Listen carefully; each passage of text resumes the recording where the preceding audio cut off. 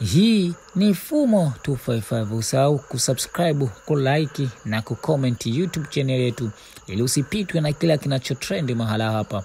Lakini kubwa ni drama za Zaiylissa na mumewe Haji Sande Manara. Umaarufu umezidi kuongezeka kwa mwanadada Zaiylissa tangu wawili hao watupiane vijembe kupitia mitandao ya kijamii. Umaarufu umekuwa mkubwa sasa kwa Zaiylissa ukilinganisha na huko awali ambako kabla wawili hawa hawajatengana, kwa maana wakiwa kwenye ndoa yao salama. Na hivi sasa ninavyozungumza na wewe, umaarufu wa Zaiylissa umezidi kushika kasi mitandaoni, huku followers wakimiminika kama upupu kwenye mitandao yake ya kijamii. Tayari mpaka hivi sasa mwanadada huyu amefikisha followers milioni 1 katika akaunti yake ya Instagram.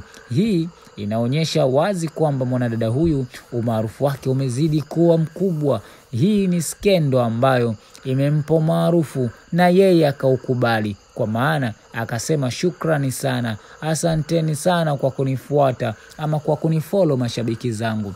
Ni mwanadada Zaiylissa amefikisha wafuasi milioni 1 kwenye Instagram, jambo lililotokea kwa kasi kubwa ndani ya muda mfupi tu.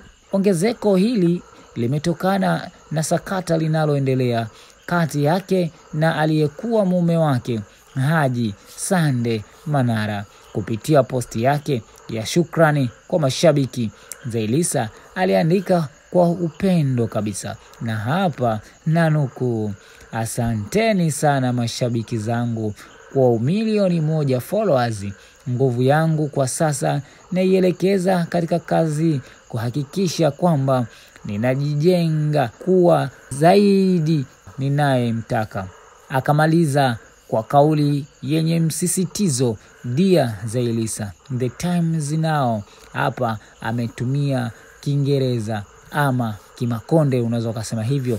Kwa wengi ujumbe huu ni kama tangazo rasmi la comeback, ishara ya mwanzo mpya baada ya misukosuko ya ndoa na maisha ya faragha baina ya wawili hawa.